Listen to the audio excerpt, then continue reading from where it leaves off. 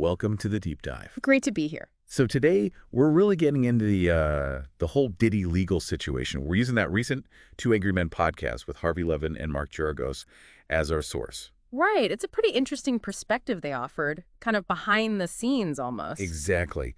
Our goal isn't just to, repeat what they said, but to dig into the legal arguments, the talk about fair trials, how the media fits in, all that stuff. Yeah. Trying to make sense of the courtroom reactions and the commentary around it, cut through the noise a bit. Absolutely. And what struck me right away from their discussion was this bit about the judge. Oh, yeah. The judge in the Diddy case actually said he'd be listening assiduously to their podcast, Two Angry Men. Wow. Okay. That's correct. Especially since, wasn't there a previous incident where the judge told Geragos he'd crossed the line? That's right, yeah. For that six-pack of white women comment about the prosecutors. So what do we make of the judge saying he's listening now? Is it a warning? Like an unofficial gag order? It's definitely unusual. I mean, judges know about media, obviously, but saying you'll listen closely to one specific podcast, that feels significant. Right. It could absolutely be seen as a caution, like, I'm paying attention, watch what you say, especially coming from legal pros close to the case. But not a formal gag order. No, not technically. But the message seems pretty clear, doesn't it? The court's watching, and some comments have already caused friction. It really highlights how public talk can bump up against the actual court process. Yeah, and that leads right into their whole discussion about lawyers speaking publicly. They went back in time a bit. Talking about when lawyers couldn't even advertise? Exactly. Or, like, giving general advice on the radio could get you disciplined. Wild. It's a different world now. But they brought up a key case, didn't they? Gentile v. State Bar of Nevada. Right. So, for someone just trying to grasp this, what's the main thing Gentile established about lawyers talking versus trial fairness? Well, Gentile, fundamentally, it supported a defense lawyer's First Amendment right to, push back publicly, especially if the prosecution has already held press conferences or made statements that could sway potential jurors. So it's about responding? Pretty much. The court recognized the state needs to prevent prejudicial stuff, sure, but it also backed the lawyer's right to defend their client publicly, to counter the state's narrative. It's about balance. Okay. But then they also mentioned Shepard v. Maxwell. Yes. The carnival-like atmosphere case. Right. That one seems to pull the other way, warning about too much media potentially wrecking a fair trial. Exactly. So you've got these two big ideas sort of bumping against each other. Freedom of speech for the lawyers versus the defendant's absolute right to an impartial jury. How does that tension usually play out, especially in huge cases like this one? Well, Shepard really put the onus on the courts to protect the trial from, all that outside pressure. That's where you sometimes get talk of gag orders. Limiting what people can say. Right. But, as they discussed on the podcast, the defense often argues, hey, if the prosecution is potentially poisoning the jury pool, we have to speak out. Because the right to a fair trial belongs to the defendant. Precisely. So they argue they need a way to fight back against what they see as unfair press.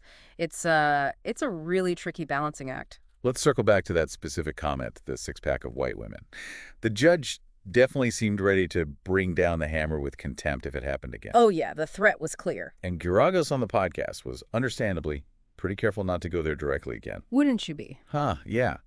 But they did talk about the difference between a formal gag order and just general worries about prejudicial publicity. Can you break that down? Sure. A gag order is like a specific command from the judge. You and you cannot talk about X, Y, or Z outside court. It's direct. Prejudicial publicity is broader. It's just the concern that any media coverage or public chat could influence the jury, even without a specific order.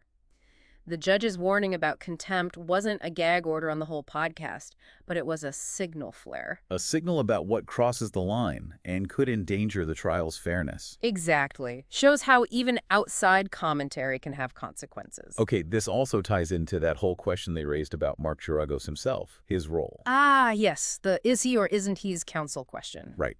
Harvey Levin was pointing out, Geragos is always there in court. Looks like he's consulting, passing notes, even going into chambers at the team. Yeah, having lunch with them, interacting with Diddy directly, the optics are definitely involved. And Geragos says, look, he's known Diddy forever, he's a friend, he's there for support, but he seemed careful not to say he's officially on the defense team. Right. And that distinction is kind of crucial, legally speaking. Well, if he was formerly part of the defense team, his ability to comment publicly, like on his podcast, would be way more restricted. Legal ethics, potential court orders, all that. Ah, I see. By staying, let's say, informally involved, he keeps more freedom to talk about the case, But but his deep involvement still raises flags, right? Could his commentary be seen as influencing things anyway? Could the prosecution argue conflict of interest, given how close he seems to the strategy? it's definitely a gray area. You can bet the prosecution and the judge are watching that closely. Absolutely. It blurs the line between being an analyst and an advocate. Okay, shifting gears a bit. They got into the prosecution's case, specifically the witnesses. Uh-huh.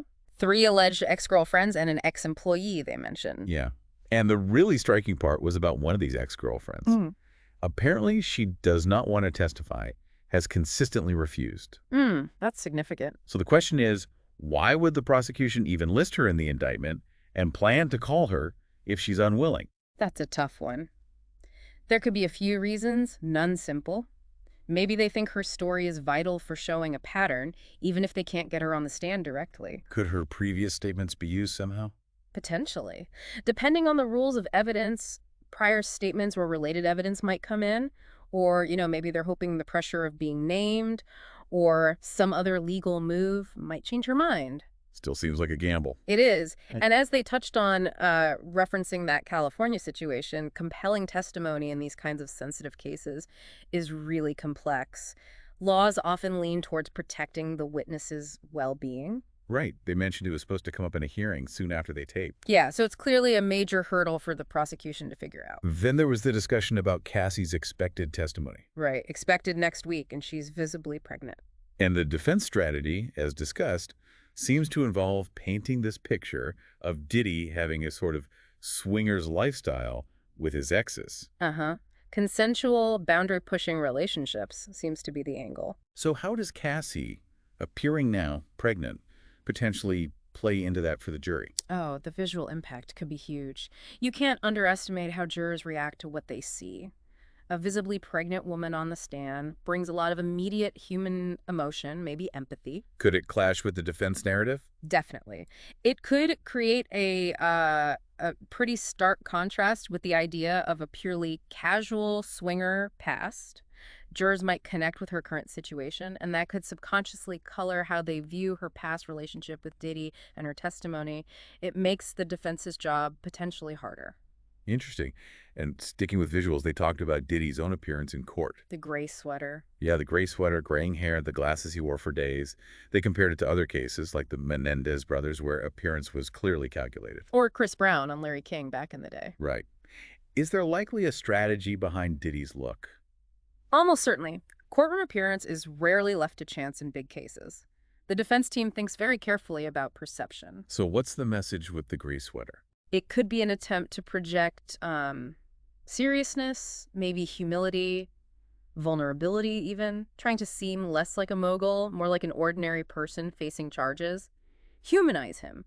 Counteract maybe a flashy public image. Jurors notice that stuff. Oh, absolutely. Even small details. It's all part of the theater of the courtroom, trying to subtly influence those subconscious impressions. Okay, let's tackle what feels like maybe the biggest challenge today.